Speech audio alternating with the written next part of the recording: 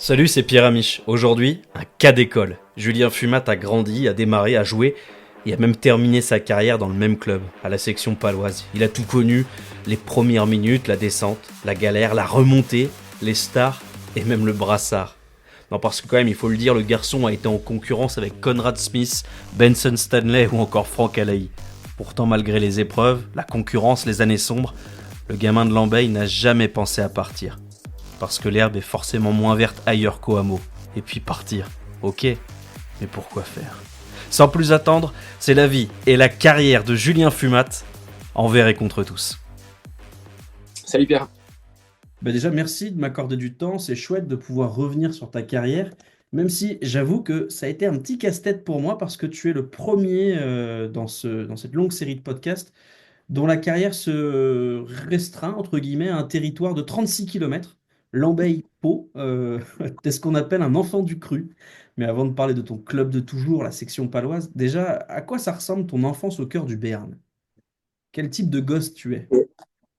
Ouais, c'est une enfance à la campagne, quoi. Je suis d'un petit village qui s'appelle Arrozès et qui compte 180 habitants. Donc c'était une enfance qui s'est passée la majorité du temps dehors, quoi. C'est vrai que j'étais beaucoup dehors à faire beaucoup de sport, à faire du vélo aussi, pas mal. Je suis dans un coin où c'est tranquille, donc je pouvais rouler en vélo et aller voir les potes tout seul assez rapidement. Donc, à partir de 10-12 ans, je pense, même 8-10 ans, je commençais à traquer un peu, à voir les copains et on avait eu la chance d'avoir une piscine dans le village où j'étais. Donc, c'était une enfance beaucoup portée sur le sport. J'ai la chance d'avoir des potes qui étaient de ma génération, qui aimaient beaucoup le sport aussi. Donc, ouais, c'est beaucoup dehors et beaucoup de sport.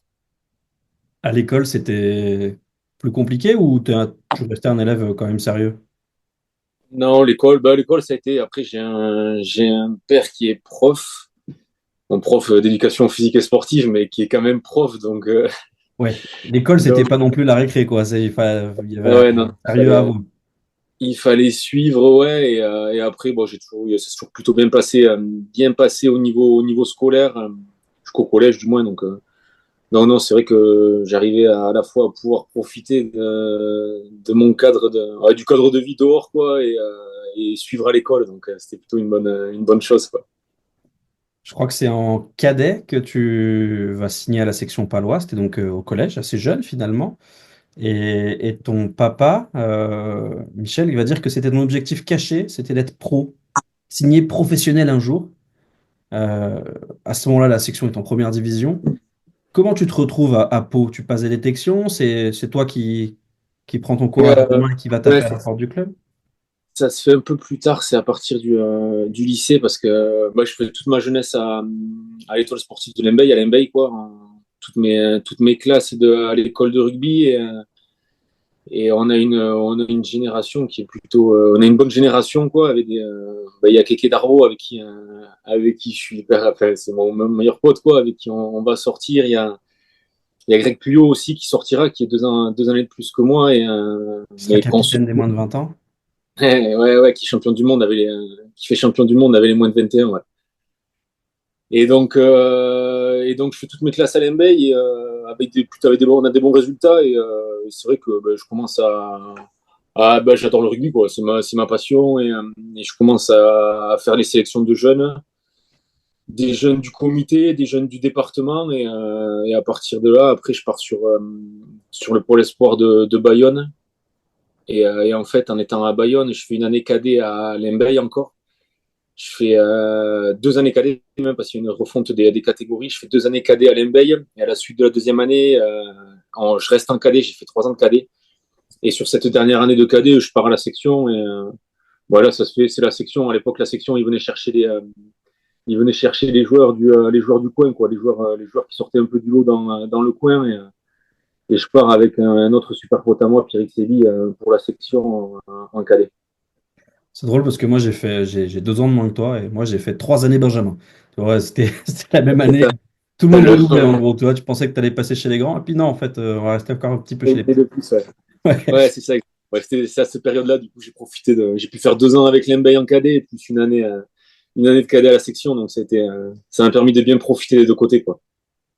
D'autant que ça va très vite du côté de la section. Tu es encore junior que tu fais ta première feuille avec les grands, avec la première. C'est un Ouais, challenge européen, 22 octobre 2005 face au London Irish. Tu as 18 ans. Tu te souviens de ce match? ouais, je me souviens hyper bien. Ouais, ouais, ça va vite parce que j'arrive à Pau j'arrive à Pau en cadet. Je suis une année de cadet. On fait une grosse année avec c'est Jean-Marc, un petit qui nous entraînait. Et il y a des mecs, il y a Romain Lacoste qui joue, il y a on est quelques mecs avec avec sortie plus tard. Et après, l'année qui suit, c'est la première année Crabos et je suis blessé toute l'année, je joue pas.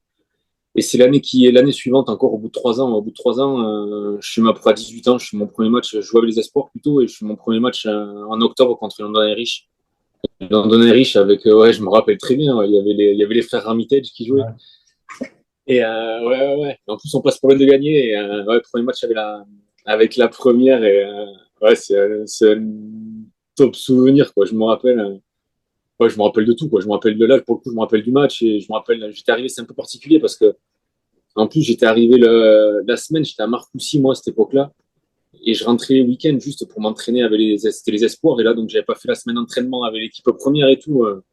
Donc, j'avais débarqué un peu comme ça. C'est Yannick Vignette qui m'avait lancé. Et, là, c'est un super souvenir. Ouais. Ce genre de match-là, ils sont super particuliers parce que tu l'as dit, tu étais au Pôle France.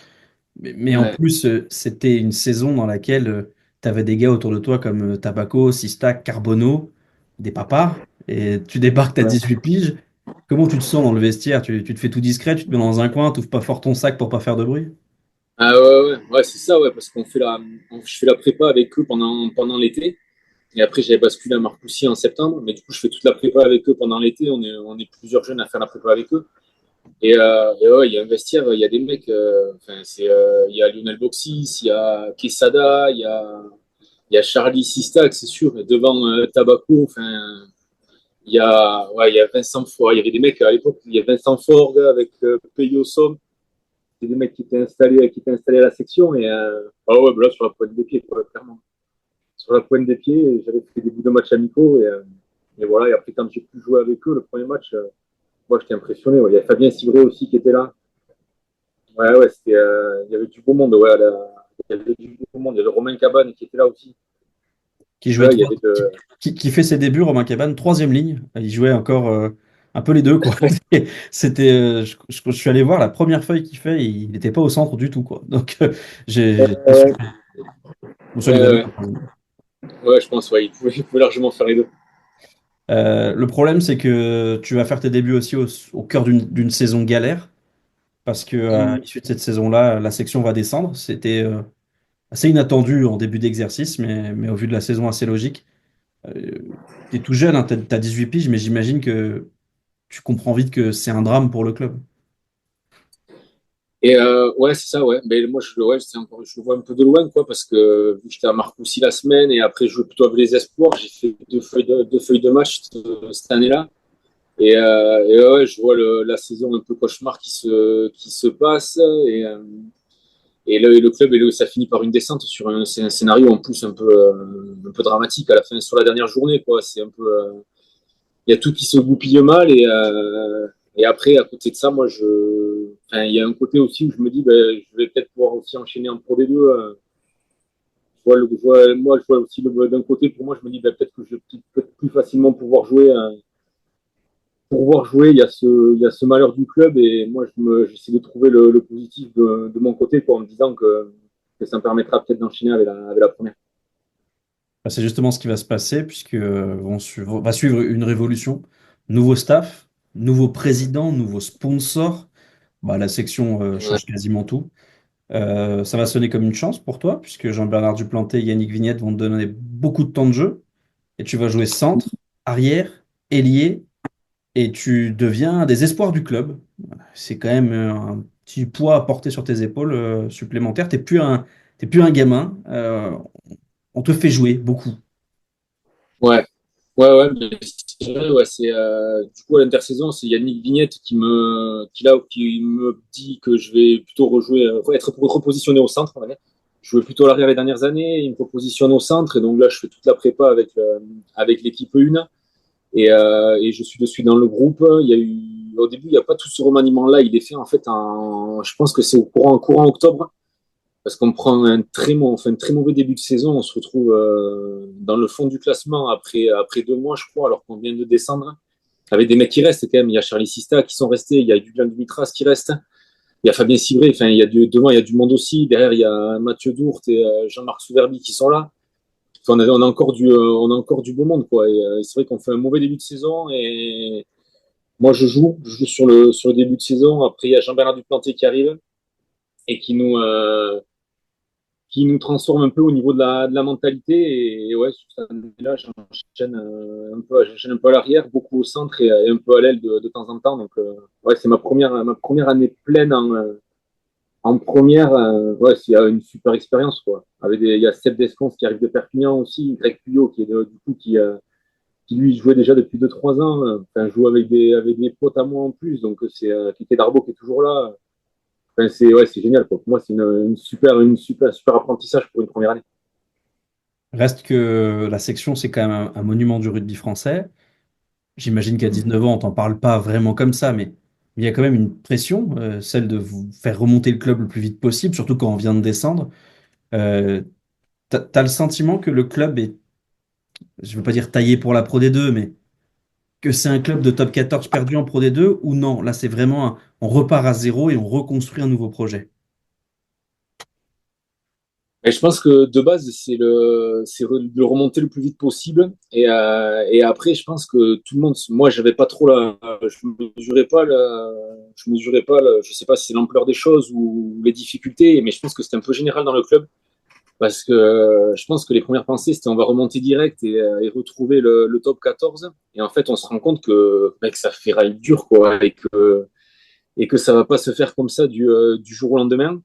Et du coup, je pense qu'après la première année, il y a aussi une prise de conscience sur ça.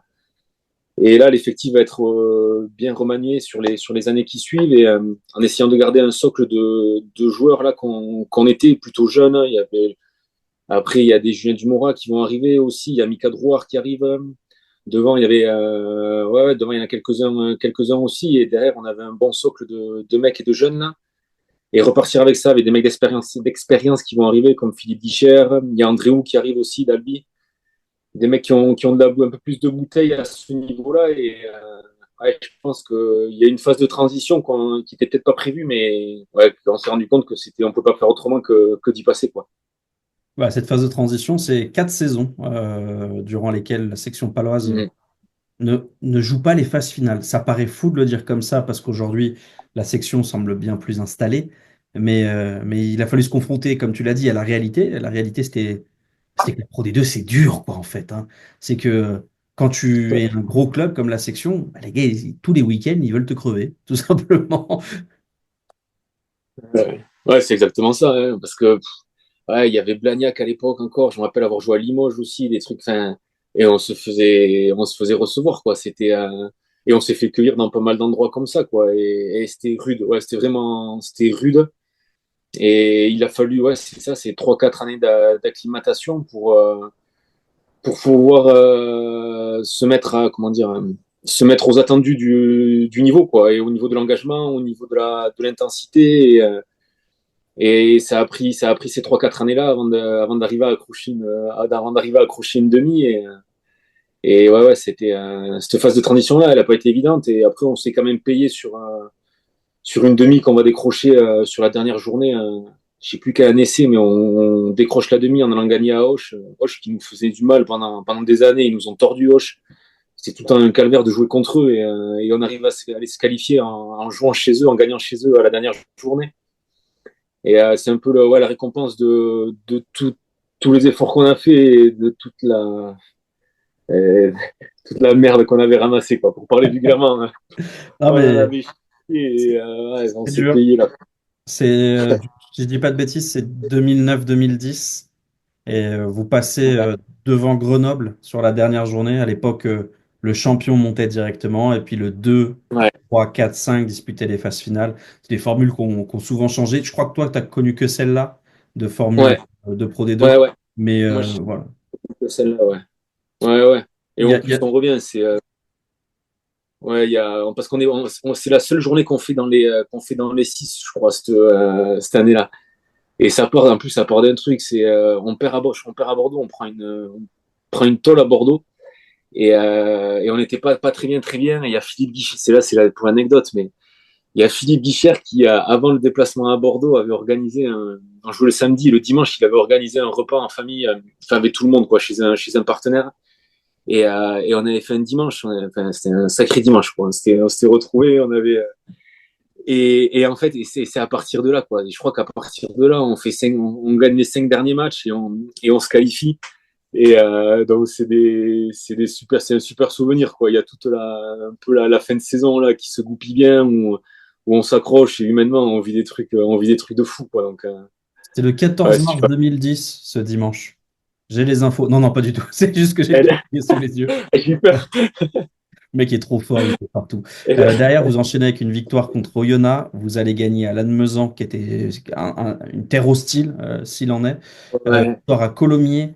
Victoire contre Aix-en-Provence, 45-10. Victoire contre Mont-de-Marsan à la maison. Et c'est ce succès à l'arraché, 19-16 sur la pelouse de Hoche, qui Ah permet ben ouais. à la section paloise de renouer avec les phases finales, celle de Pro D2.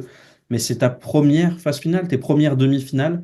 Bon, on va pas ménager de suspense, hein. Vous allez malheureusement chuter assez lourdement à Lyon face au Loup, Ouais. qui était à l'époque une énorme équipe, hein, avec, Sadourny, notamment Ouais. Montagnard, enfin, une équipe très dure à C'était négocier. costaud. Ouais. Reste que Et la section paloise progresse d'année en année. L'année 2010-2011 est ratée, en tout cas moins ouais. réussie que les autres. Mais derrière, ben, la réalité de la Pro D2, c'est aussi cette difficulté à franchir la dernière marche, parce que la saison est longue. À l'époque, il y a quand même 16 équipes, donc ça fait au minimum 32 matchs déjà, puis les phases finales, enfin 30 matchs, puis les phases 30 finales. matchs. Ouais. Ouais. Euh, Ça veut dire que pour monter en top 14, il faut gagner 32 matchs. Enfin, Ouais. il faut essayer d'en gagner le plus possible Ouais. sur 32 rendez-vous. C'était une saison Ouais. interminable. Ouais, c'est hyper long. Bah là, c'était vraiment un marathon, quoi. Avec ce nombre d'équipes-là, et avec, ouais, tout le monde qui bataille, quoi. Il y a pas il faut aller batailler partout. Faut qu'on met en même peu de temps avant d'assimiler ça aussi, et avant d'acquérir un peu de sérénité sur le fait d'aller gagner chez les plus petits et tout ça. C'est quelque chose qu'on acquiert au fur et à mesure, et qui va nous permettre après de faire les phases finales enfin, régulièrement, quoi, par la suite, quoi. On fait une grosse série de phases finales. Mais ouais, c'est éreintant, quoi. C'est éreintant. Et puis les hivers, c'était dur d'aller. C'était pas des hybrides et tout ça. Donc ouais, non, physiquement, c'était éreintant. Ouais. Il fallait être bien accroché. Va s'ouvrir une nouvelle page de l'histoire paloise avec le début d'une rivalité avec un club qui me tient à cœur, La Rochelle. Mm. Ouais, 2011-2012, demi-finale du championnat. Vous vous imposez à la maison au stade du Hameau, 16-14 contre La Rochelle. À ouais, l'époque, je crois que je ne vais pas dire de bêtises, mais il me semble que c'est Frédéric Manca qui sort un super match. Et ouais. et il y a un premier accrochage. On n'est pas encore à la grande bagarre mythique, mais cette rivalité-là, tu sens qu'elle a une vraie racine ou c'est juste les supporters qui font monter la sauce? Parce que dans mon souvenir de cette époque Pro D2, Pau La Rochelle, c'était toujours des rendez-vous horribles, quoi. Et ouais, c'était intense, quoi. Mais après, je sais pas, je l'ai pas vu trop monter au fur et à mesure ou comme ça, quoi. Après, ça, c'est parce qu'on s'est joué, Sur des on gros s'est matchs. joué 3 années de suite en demi, quoi. Et après, il y avait un peu d'animosité, hein, avec certains joueurs, quoi. Mais c'était, ils avaient quelques mecs qui venaient bien parler, on en avait aussi. Donc la sauce, elle est montée un peu comme ça, elle est montée un peu comme ça. Et puis il y avait la rivalité au niveau sportif, quoi. C'est qu'on bataillait, eux voulaient monter, nous aussi, et du coup on a ferraillé contre quelques années, et c'est monté comme ça. Et après, nous on les a joués 2 fois à domicile, on gagne 2 fois, donc Hmm. pense que la deuxième année, ils veulent. Enfin, je sais plus comment ça finit, score, mais je crois ils ont plus trop de chance à la fin. Donc, Non. ils, ils jouent tout ils jouent tout pour que nous, on ait moins de chances de monter après, je pense. Ça, la fin du match, elle est un peu là, quoi. Ouais, c'est houleux à la fin, mais bon, à la fois, c'était. Ouais, ça remonte, ça remonte. Il y avait encore Rassuré. la place à ça un peu. Cette finale 2012, d'abord, avant de passer à 2013, puisque vous allez disputer deux finales consécutives. La première Mm. face au Stade Montois, défaite 29-20. Tu marques un essai d'ailleurs dans cette finale à Ouais. Chabandelmas. Euh, mais malheureusement, il manque encore quelque chose à cette équipe de Pau. Euh, comment tu... Est-ce que tu te rappelles de cette finale de Ouais, je premier me jour? rappelle tout parce que il y a tout le contexte, quoi, parce que c'est la première finale et il y a un engouement de fou déjà. Après on bat La Rochelle et après le match, il y avait du monde. Enfin, le lundi, je me rappelle, il y avait du monde qui faisait la queue pour acheter des places et tout. Il y avait tout ce truc. En plus, à Bordeaux, c'était à côté et Mont-de-Marsan, eux, je crois qu'ils font 7 ou 8 matchs d'affilée sur cette année-là pour arriver jusqu'en finale et c'était une équipe très très joueuse, Mont-de-Marsan. Hmm. Et nous, un peu moins, on était plus costaud devant, je pense. Et il y avait Fred Manca, c'est Fred Manca qui était un très très gros buteur et qui nous faisait beaucoup beaucoup de bien. Et cette année-là, on n'est pas loin, on ne tourne pas loin parce qu'on marque d'entrée, on les met très fort sous pression. Et cette année-là, moi, putain, le pauvre qui est décédé maintenant, qui joue un fermé et qui marque un essai et on fait un break et l'arbitre il revient sur une décision arbitrale qui refuse l'essai. Et après, sur le rythme, ils nous torchent un peu sur le rythme, quoi. Ils ont Jagger, là, l'ailier, qui met 2 essais. Ils nous ont eu sur le rythme. Ils étaient euphoriques, là, à Mont-de-Marsan. Et ouais, c'était rageant. Celle-là, elle est vraiment rageante, quoi. Celle-là, je pense qu'on n'est pas loin. Ça ne sera pas le cas la saison suivante. On égrène comme ça, on remonte le fil de ta carrière année par Ouais, année.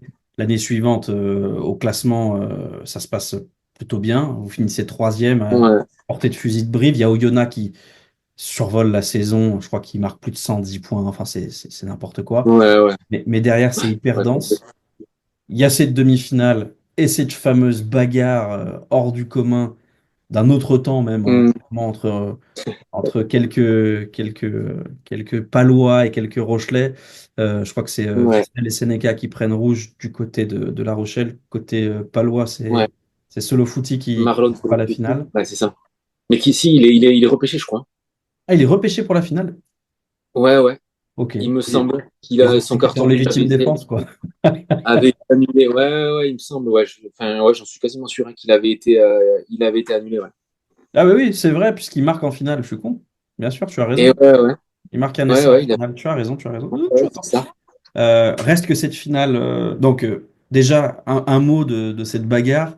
J'imagine que, comme tous trois quarts, tu t'es empressé de te cacher derrière un poteau.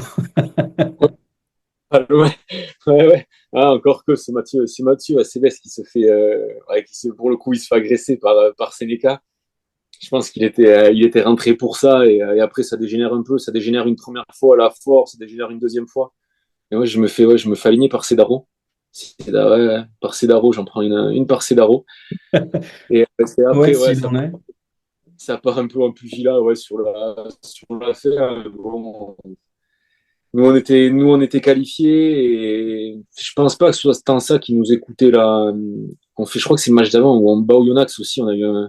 On met Oyonnax qui montait et on les reçoit et on met 70 points, mais on y a perdu un jus monstre, je pense. Et la finale, on arrive contre Brive et Brive qui nous roule dessus, quoi. Là, vraiment, on se fait, ouais, il y a rien à dire, quoi. Il y avait, ouais, je me rappelle, putain, il y avait Arnaud Mella, il y avait Caminati. Il y a Ouais, TVD. là, ouais, ouais, ouais. Là, franchement, autant il y avait des regrets sur celle de l'année d'avant, Ouais. autant sur celle-là, on se fait rouler dessus, ouais. Vous prenez 30-10, 3 essais, Caminati qui met 20 points. Euh, Malheureusement Ouais, pour vous, il y a pas de match sur enfin, ce jour-là non, à Chabandelmas. on a des blessés, ouais, parce qu'on pète des mecs et tout avant, et ouais, non, non, ouais, celle-là, il n'y a rien à dire, ouais. Reste que la section semble avoir trouvé la recette, en tout cas des phases finales.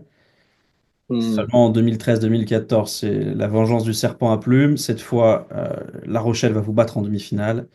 Cette fois, Ouais. La Rochelle va monter. Est-ce qu'à un moment, sincèrement, tu t'es mis à douter parce que tu avais énormément de temps de jeu, tu avais fait tes classes à la section qui peinait vraiment à accrocher le wagon des tout meilleurs de Pro D2. C'était des combats à chaque fois. Est-ce que tu as été tenté à ce moment-là de partir tout simplement? Et non, enfin honnêtement, hein, mais parce qu'après les 2, 3 premières années, je pars pas. J'avais des opportunités dès la première année de Pro D2 de partir. J'en ai eu beaucoup, beaucoup en suivant aussi. Et après, en fait, je me dis au bout de 2, 3 ans, quand on galère, après on joue première demi-finale et je me dis en fait non, c'est ce que je veux. Enfin mon objectif maintenant de ma carrière, c'est de remonter avec la section quoi. Donc même si après ça a klaxonné un peu, ouais, j'entendais rien quoi. J'entendais rien et vraiment là j'étais omnibulé par le fait que de remonter avec Pau quoi. Et puis la tournure la construction du club, la façon dont le club évoluait, dont le club se structure, ça me donnait confiance aussi en le fait qu'on allait y arriver quoi. Et ouais, et pour rien au monde je voulais rater ça quoi. T'as pas eu le sentiment de perdre du temps? Parce que il y a quand même un truc paradoxal, c'est que tu es très jeune, mais tu es déjà un cadre. Et Hum. forcément, quand tu as 23, 24, 25 ans, que on voit bien que la Pro D2 est peut-être un tout petit peu trop petite pour toi, il y a eu quelques appels de phare. Tu t'es pas dit, ah, je fais peut-être une connerie, l'herbe est peut-être plus verte ailleurs, quoi. À aucun moment, tu as pensé à autre chose que la section? Non, enfin non, même quand ouais, ouais, forcément j'ai eu quelques propositions et mais ouais, je pense que clairement j'avais des œillères quoi à ce moment-là et à cette période-là, ouais, j'avais des œillères complètement, j'étais focalisé et omnibulé par le fait de retrouver le top 14 avec la section quoi et d'être champion et de remonter avec la section quoi, c'était vraiment une ouais, c'était pas aussi obsessionnel mais si il y a une part de ça, je pense à un moment donné. Ça tombe bien parce qu'on y arrive. 2014-2015. C'est une saison de fou. Tu vas faire 26 matchs, 26 en tant que titulaire. Pas mal. Pau va faire une saison énorme. Sur l'année, vous allez perdre 9 fois sur une très longue saison, dont les Mm. 3 dernières journées, parce que vous êtes premier de la deuxième à la dernière journée. Alors voilà, c'est les Harlem Globetrotters, quoi, cette année-là. Euh, Euh, T'as pris du plaisir cette année de domination paloise? ah ouais, ouais, ça a été, ouais, c'était jouissif, quoi. Franchement, là, celle-là, il y a Simon Mannix qui arrive à l'intersaison. Il faut aussi souligner Joël Rey et David Ocagne qui étaient là depuis un moment, qui nous ont fait amener à toutes ces phases finales. Et là, on gravit une marche de plus avec l'arrivée de Mannix. Et là, on fait les 8 premiers matchs, on fait 8 victoires, quoi. Et là, bah, avec des mecs, enfin, ouais, il y a des mecs qui reviennent. Il y a Jean Bounou qui était revenu. Là, cette année, il y a Damien Traille qui revient. Il y a Manix, il amène Kouglan aussi dans ses valises. Enfin, avec des mecs qui étaient déjà là, avec des mecs qui commençaient aussi à avoir l'expérience. Et là, ouais, on fait 8 matchs, 8 victoires. Hein, et après, bon, on prend une branlée après ça, on prend une branlée à Colomiers, je crois. On prend 40 points à Colomiers, mais sur la saison, on est, enfin, un peu, on marche sur l'eau, quoi. On se dit qu'à Noël, on a, je sais pas combien de points d'avance. Hein, ouais, c'était du bonheur, quoi. Là, vraiment, rugbystiquement, on se régalait. À l'entraînement, on se régalait. En match, il y a tout qui rentrait. Et ouais, cette saison, elle est, humainement, enfin, on avait un groupe de fous. Donc, là, il y a tout qui est aligné pour qu'on puisse monter, quoi. Champion sans disputer les phases finales, est-ce que ça n'a pas un petit goût d'inachevé? Parce que dans l'imaginaire rugby, un Ouais. bouclier, ça se gagne après une victoire en finale. Ouais. À ce moment-là, tu y penses ou tu t'en cires? Non, non, non, non, franchement, là, pas du tout. Et puis, il y a là, c'est sur toute la saison, quoi. C'est on surfe sur le truc durant toute la saison. Et en fait, on le voit, mais parce qu'on le voit arriver quand même, même si on dit il faut pas y penser, il faut pas y penser. Mais quand on avait je sais pas combien de points d'avance, forcément, on l'a en tête. Et en fait, on se dit, putain, là, on est en train de le faire, quoi. Il y a, il y a, il y a moi ce côté instantanéité de l'explosion de joie d'une phase finale. Mais par contre, sur la durée, enfin, on le voit, ça monte, ça monte, ça monte, et on le tient, quoi. On tient ce truc hyper haut, on reste premier tout le temps. Et du coup, pouah, on en profite. Enfin, pour moi, c'est en profiter encore plus, quoi. Et ouais, ouais, elle est géniale cette année. Vous êtes donc champion de Pro D2, c'est la montée. Retour dans Ouais, l'élite 10 ans après la descente. Je ouais. pense que vous n'êtes pas nombreux à avoir connu les deux, la descente et la montée, parce qu'il y a eu beaucoup de turnover dans le club. Pour un Palois, c'est quoi qui prédomine? C'est la joie? Parce que je dis un Palois, tu n'es pas Palois de naissance, mais tu es Non, mais Palois des Palois. Qu'est-ce qui domine? La joie ou le soulagement? Le fait de, ça y est, la joie. Non, la joie. Là, ah ouais, non, là, c'est que de la joie, quoi. Là, vraiment, c'est le. Ouais, pour moi, là, pour à ce moment de ma carrière, c'est l'apothéose, quoi. C'est ce pourquoi je me dis, putain, ouais, c'est bon, j'ai fait c'est ce que je voulais, quoi. C'est ce pourquoi je suis resté, c'est ce pourquoi il y a tout qui s'est mis en place à côté, c'est ce pourquoi ça a été compliqué aussi par moments. Mais voilà, c'est de la joie, ouais, c'est la libération, ouais, c'est que de la joie. Ouais. cette accession à l'étage supérieur, c'est aussi la section qui va s'ouvrir à un nouveau monde, parce que le club va recruter quelques grands noms, malheureusement un peu à ton poste quand même.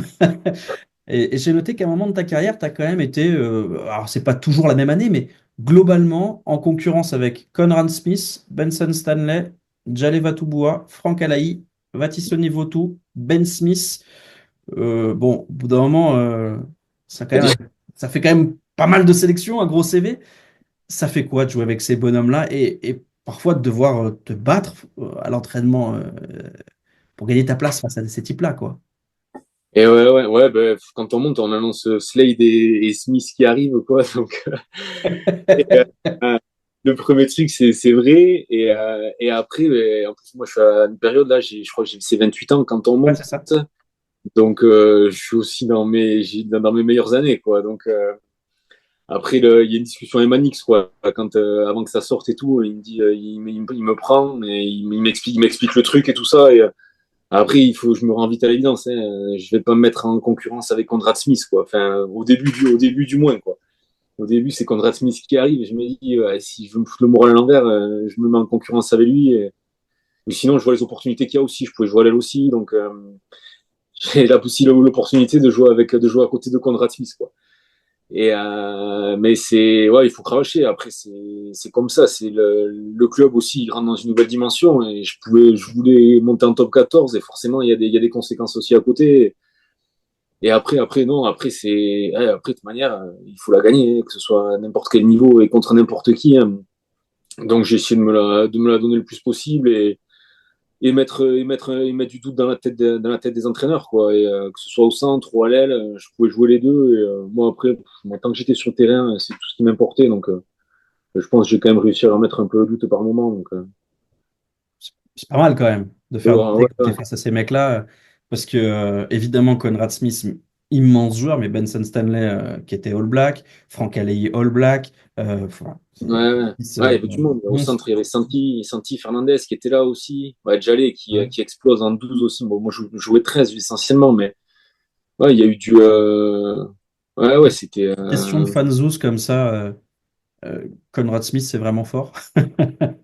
Ah, ouais, c'est la classe, hein. Ah ouais, ouais, c'est la classe. Les deux. Slade, franchement, c'est dur d'en dissocier, c'est dur d'en mettre un au-dessus. Slade, il dit ça, ils disent des game changers, les Anglais, je crois, mais il fait ce qu'il veut, quoi. S'il avait pas eu ses problèmes de commotion, enfin, ça aurait été, j'aurais bien aimé voir ce que ça aurait donné, parce que, franchement, tout, c'est le joueur le plus complet que j'ai vu, moi. Au niveau rugby, d'un même pied, intelligence, enfin, tout, défense. Et après, Smith, c'est la classe, quoi. Il fait tout. Il y a un truc, c'est des choses simples, bien faites, quoi. Toutes les choses simples, il les faisait à la perfection. Attaque, défense, ouais, c'est beau à avoir vu, quoi, et à avoir côtoyé.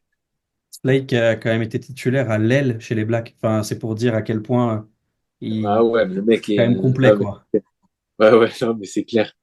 Et plein, ouais, ouais, à ce moment-là, c'est vrai qu'on a des mecs de partout qui arrivent. Tom Taylor, Il y a euh, Il y a Antoine Astoy qui commence à exploser aussi.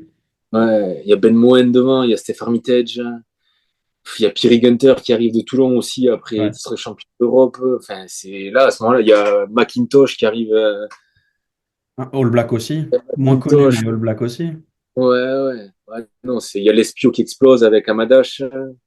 Thibaut Bagna aussi. Enfin, là, franchement, on a une équipe. Il y a Charlie Maillet qui est énorme à l'arrière, hein. Ah non, ouais, il y a Sam Marquez, on a du beau monde là. Quelques années qui suivent, il y a Julien Pierre, Thomas Domingo. Enfin, ouais, là, ça arrive de partout là. Il y a que des internationaux. Ouais. La première saison en top 14 se passe plutôt moyennement, vous finissez 11e. Hmm, Et surtout la suivante, 2016-2017 euh, et 2017-2018, 9e, 8e, sans que le club progresse. Euh, ouais, pour revenir à ton cas personnel, en dépit des noms qu'on a cités, là, j'ai name droppé une vingtaine de noms de joueurs exceptionnels, mais tu as toujours eu la confiance des staffs. Déjà, est-ce que tu sais combien de coachs tu as eu? Je mélange les entraîneurs, les managers. Est-ce que tu sais combien tu en as eu dans ton passage à la section? ouais, entre 10 et une dizaine, je dirais. 20. Il doit 20 y coachs différents, 3 présidents. Euh, ah ouais, c'est rare, mais tu as connu 3 présidents au sein du même club, dont un qui est passé de manière très courte, hein, mais qui était quand même président. ouais. C'est difficile de devoir gagner sa place, pas forcément que vis-à-vis de la concurrence, mais chaque fois qu'un nouveau staff arrive, qu'une nouvelle équipe arrive, il y a ce rapport de séduction où tu dois dois montrer Hmm. quand même que Julien, c'est bien, quoi. Est-ce que c'est pas une part fatigante du professionnalisme? Ouais, c'est ce qui est excitant, moi, je trouve, quoi. C'est ce côté, c'est l'inconnu un peu, quoi. Il faut faire ses preuves tout le temps. Et en fait, je trouve que ça pousse à la réflexion, quoi. Ça pousse à qu'est-ce qu'on peut faire de mieux, à qu'est-ce qu'on peut faire de plus pour s'améliorer, ou comment faire mieux, ou comment faire mieux, quoi. Et qu'est-ce que je peux mettre en place pour que le corps il aille bien, pour que la tête elle aille bien. C'est stimulant, à la fois c'est stimulant et c'est éreintant aussi physiquement parce que du coup j'ai quand même été pas mal blessé aussi pendant ma carrière. Mais ouais, après, c'est pour ça que c'est pas. Il y a certes un changeant de club, c'est difficile aussi, j'imagine. Je peux que l'imaginer. Mais vu que je suis resté dans le même club, quoi, je me rendais pas compte. Mais tous les changements de staff, c'est comme si c'était un changement de club, quoi, parce que les cartes, elles sont, même si, de par mon vécu, j'avais peut-être un a priori positif des coachs, quoi. Après, c'est le terrain qui prime, quoi. Et si j'avais été, enfin, c'est ça qui fait qu'on est aligné sur la feuille de match. Il faut se renouveler tout le temps et ouais, quasi toutes les semaines, quoi. Mais c'est ce qui est hyper motivant aussi et hyper challengeant, quoi. Tu parlais de l'a priori positif qui découle de ton statut, celui que tu vas gagner au fur et à mesure du temps. Tu étais un gamin du cru, un jeune espoir, puis un espoir en Pro D2, puis un cadre. Tu vas carrément passer capitaine, en tout cas sur certains matchs. Qu'est-ce que ça représente pour un Béarnais Hum, comme toi d'être capitaine de la section? Ouais, c'est plus avec le recul là, mais c'est une fierté quoi. Sur le moment, si ça, moi aussi, c'est quelque chose sur le moment aussi quoi. Mais Oui, mais c'est une suite logique. Ça arrive parce comment que dire, hein. ça tombe pas du ciel. C'est-à-dire que c'est une construction. Voilà, tu sais que tu peux être amené à être capitaine et donc t'y as peut-être pas cet effet Ouais, ouais, surprenant. parce que aussi, non, ça vient petit à petit quoi. Parce que j'aime bien prendre la parole et que ça s'est fait au fur et à mesure. Donc j'ai senti au fur et à mesure aussi que j'étais plus à l'aise pour prendre la parole, que je pouvais impacter aussi enfin, je pouvais dire les choses comme je les pense et que ça pouvait être entendu. Et après, c'est tous les à côté, quoi. Je pense, c'est au niveau du travail, au niveau de l'engagement. Je pense, c'est ça aussi qui a été récompensé à un moment donné, quoi. C'était peut-être cette exemplarité-là qui fait que les mecs m'écoutaient, quoi, et que je pouvais que je pouvais me permettre de dire certaines choses et qui fait aussi que les différents entraîneurs qui m'ont mis capitaine pouvaient compter sur moi et pouvaient s'appuyer sur moi aussi pour faire passer les messages, quoi. Il y a des moments, des images, des causeries que tu aimerais revivre en tant que capitaine. Ouais, il y a ouais, complet, ouais. Il y en a que j'aimerais revivre en tant que joueur de Jean-Bernard Duplantier parce que c'était quelque chose. Et après, en tant que capitaine, ouais, j'aimais bien juste avant le match, quoi. Ce moment-là de juste avant de rentrer sur le terrain, c'est vrai que c'est un moment hyper intime et ouais, ça, c'est un truc ça appartient aux joueurs, quoi. Et ce moment-là, enfin, on est à poil, quoi. Je veux dire, à ce moment-là, on peut plus, enfin, même si on met une carapace et tout, sur il faut être les meilleurs et tout ça. Là, c'est le cœur qui parle et ça, celui-là, je l'apprécie, quoi. Je sais que ce moment-là de pouvoir dire les choses comme elles sont et avec le cœur, là, celui-là, ouais, celui-là, c'est les trucs que j'aimerais, ouais, que j'adorais vivre, quoi. Peut-être aussi que en, en tant que rugbyman, à ces moments précis, peu importe la division, tu as une forme de liberté qui n'existe pas dans la vie, en fait. Tu peux te permettre de dire des Ouais, choses. Si tu les dis dans la ouais, vie, t'es ouais. viré, quoi. Euh, Ah ouais, c'est pour ça. Il faut les laisser entre les joueurs. Il faut pas y mettre tout le temps les micros, là, parce que ouais, mais il faut garder ce naturel-là, parce qu'il y a des trucs, c'est trop naturel pour pouvoir être dit autrement. Mais c'est pas entendable de l'extérieur par moment, non, quoi. non. Le renouveau palois va donc se faire petit à petit. Tu vas connaître des phases très différentes de ce club historique, mythique du rugby français. Tu vas connaître le très bas, le plutôt très haut, avec l'afflux des nouvelles stars et des sponsors, Mm. pour ne pas les citer, pétroliers.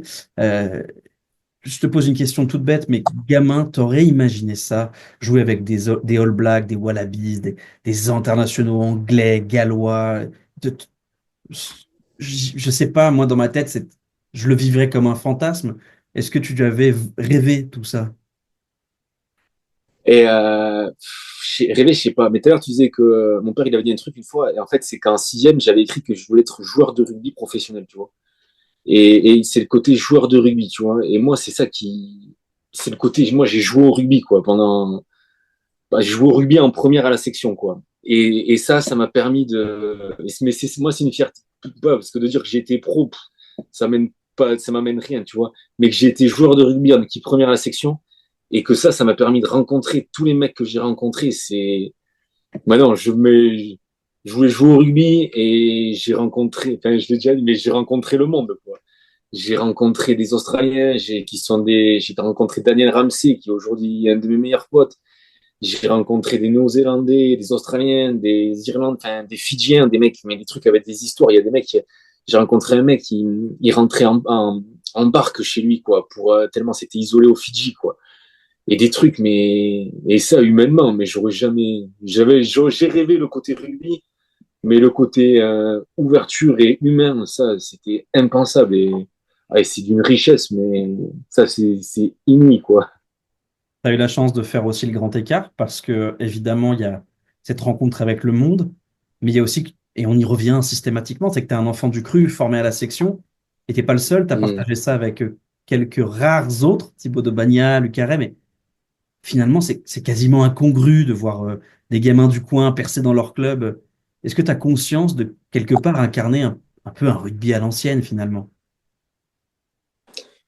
Ouais, je pense, ouais. Je pense, et parce que j'ai eu des exemples aussi, quoi. Là, instantanément, je pense à Joël Rey, quoi, qui lui a eu ce parcours-là et que on a été champion de France Crabos ensemble avec Joël et j'ai cet exemple-là. Après, en plus, après, il m'a entraîné et ouais, c'est une fierté d'avoir pu un peu continuer ce chemin-là vis-à-vis de mecs comme lui, par exemple et d'avoir eu ce chemin-là en restant tout le temps à la section et de me dire aussi que ben, peut-être que si aujourd'hui Thibaut Daubagna, Lucas Rey, des mecs comme ça, ils sont à la section et ils continuent à la section, c'est parce qu'il y a peut-être aussi ce flambeau qu'à un moment donné, j'ai pas, enfin, comment dire, que j'ai transmis, quoi. C'est un truc qui se transmet, quoi. Moi, je vois Joël Rey comme ça, si, ouais, c'est forcément, à un moment donné, j'ai incarné ça aussi et si ça peut avoir joué sur le fait que, ben, que Thibaut ou Lucas aujourd'hui, ils entretiennent ça, c'est une fierté forcément parce que moi de les voir eux aujourd'hui continuer, ouais, ça me rend, je suis content parce que c'est pour moi c'est essentiel, il y a besoin quoi. Il y a Pierre Capdeville qui a écrit une très belle chronique sur toi. Je ne sais pas si tu as eu l'occasion de le lire. Euh, Mm. au moment où tu as arrêté. Ouais, quand j'ai arrêté, ouais. Ouais, ouais. Et il a écrit un truc que je me permets de lire. Il dit: La petite mort du sportif n'est pas jouissif. Tu te croyais mèche, tu n'es plus que suie. Ne pense pas pouvoir tourner l'interrupteur facilement. Il va falloir t'habituer aux autres qui vont devoir t'accepter. On arrive au bout de ton chemin professionnel, ce questionnement de Mm. l'acceptation, Ça y est, tu as fini ton parcours de rugbyman professionnel et la vraie vie s'ouvre. Est-ce que tu as réussi à la faire, cette transition? Et surtout, est-ce que tu en as eu peur à un moment? Et peur, non, j'aurais certainement dû. Oui, c'est très dur. La pré-carrière est plus dure que la carrière. Et non, je l'ai pas mesuré parce que on l'entend.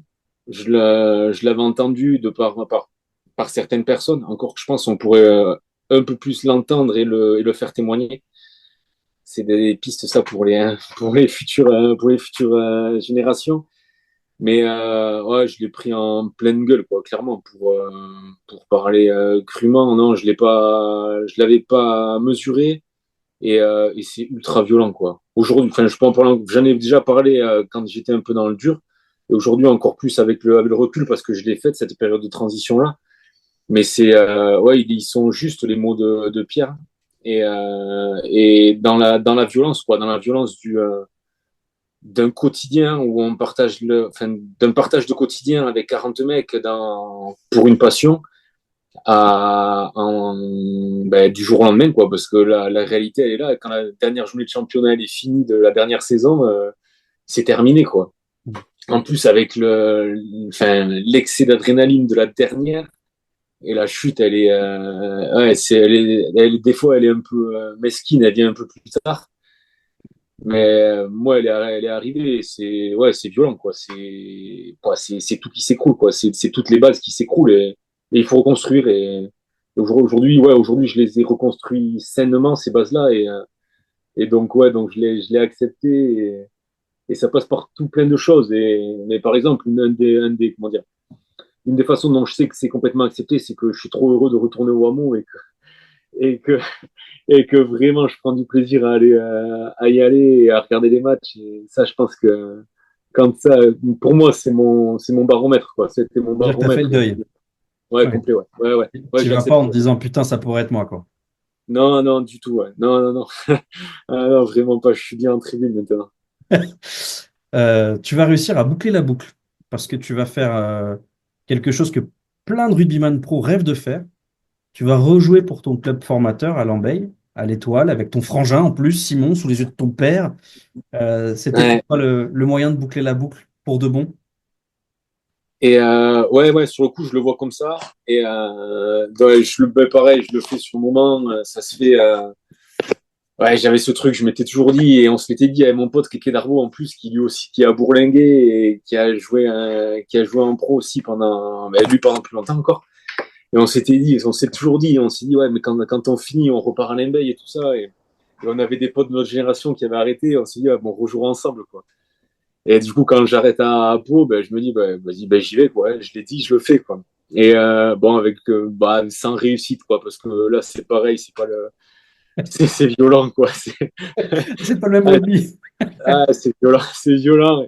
Et en plus, dans cette phase d'arrêt du rugby qui est transitoire et qui peut être compliquée, ouais, non, ouais, je l'ai fait, quoi. C'est pas la meilleure décision que j'ai prise de ma vie, quoi, on va dire.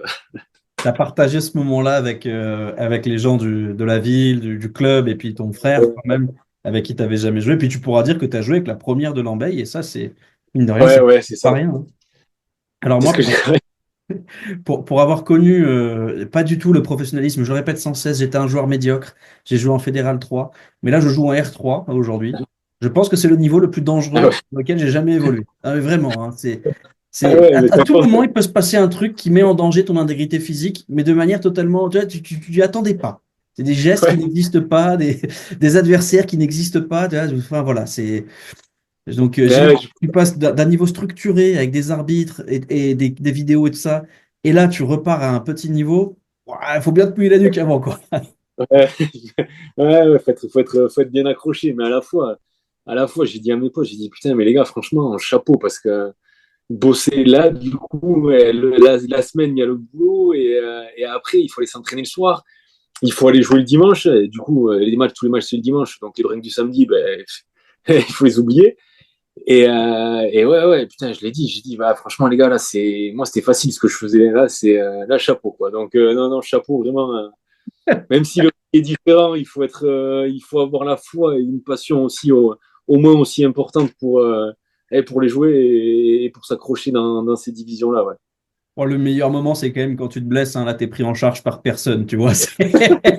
Là, clairement, tu tentes de survivre jusqu'à l'hôpital le plus proche. Les gars t'appellent le soir, savoir si t'es pas décédé. Mais tu vois, on n'a pas des kinés, une prise en charge médicale traditionnelle, quoi. On est plus sur du maraboutisme. Moi, j'ai joué avec un type, là, il y a 3 semaines, je pensais qu'il était décédé, hein. Il est tombé comme ça sur le terrain, les cervicales touchées. Et puis, franchement, 5 heures après, en troisième mi-temps, il disait, non, mais la semaine prochaine, je suis là. Oui, non, il n'y a pas Voilà. les protocoles commotion, ça n'existe pas, je crois encore. Non, non, on demande ça va. Ouais, ça va. Julien, on arrive aux 2 dernières questions de cette interview, qui est, j'espère, la meilleure que tu aies jamais donnée. C'est 2 questions que je pose systématiquement à mes invités, parce que je trouve que c'est les plus chouettes. La première, qu'est-ce que tu aimerais qu'on dise de toi, Julien Fumat, le joueur? Euh, En étant réaliste, ou ce que j'aurais aimé. Les deux, tu peux être réaliste et dire, oh, c'était un joueur moyen, sympa, mais je pense que c'est faux. Non, Ouais, ce que tu de base, crois qu'on dirait de toi. ouais, ouais. De base, j'aurais aimé qu'on me dise que j'étais un énorme attaquant. Parce que j'avais vraiment ce côté-là, j'étais un attaquant. Je pense qu'à la base, j'étais un attaquant né, mais après, ça s'est un peu transformé. Ouais, que j'étais accrocheur, quoi. Je pense que je suis pas loin de la réalité si je pense que ce qu'on dit, c'est que j'étais accrocheur, quoi. Et la dernière, après 310 matchs sous les couleurs d'un seul club, 16 années de rugby au plus haut niveau, plus de 20 000 minutes passées avec le maillot de la section sur le dos, ça fait quasiment 14 jours complets, hein, avec le maillot de la section. Dernière question de cet entretien, es-tu fier de ce que tu as fait? Oui, ouais, ouais, ouais, je peux le dire sans fausse modestie ou sans retenue. Ouais, je suis hyper fier. Je suis hyper fier d'avoir été le joueur d'un club et ça a pas, il y a eu des hauts, il y a eu des bas et c'est pas linéaire, c'est le mien quoi. Mais je suis heureux. J'aime bien dire je suis heureux quoi, plutôt que fier. Je suis heureux de la façon dont ça s'est passé et je suis heureux de ce qui a été fait. Ouais. Voilà, c'était déjà l'épisode numéro 18 consacré à Julien Fumat, et je sais pas si c'est parce que je suis nostalgique d'une époque pas si lointaine où le rugby avait du sens pour tout le monde, mais j'ai trouvé que son parcours et surtout son engagement étaient rafraîchissants. Moi j'aime bien ces histoires, puis j'aime l'idée d'être en paix avec son choix et son passé. Vous l'avez entendu à travers toutes ces histoires, en fait ils sont pas si nombreux que ça à avoir apprécié la route et à avoir su digérer la fin. J'espère que vous avez kiffé, comme disent les jeunes de 35 ans. Si vous avez envie de partager ce podcast, n'hésitez pas, plus on sera nombreux à le diffuser et plus il y aura de chances qu'il survive au temps qui passe. Merci encore à Legendary Plays et à Philippe Février pour la confiance qu'il m'accorde. Et moi je vous dis à très vite pour un nouveau numéro de Rugby Brut.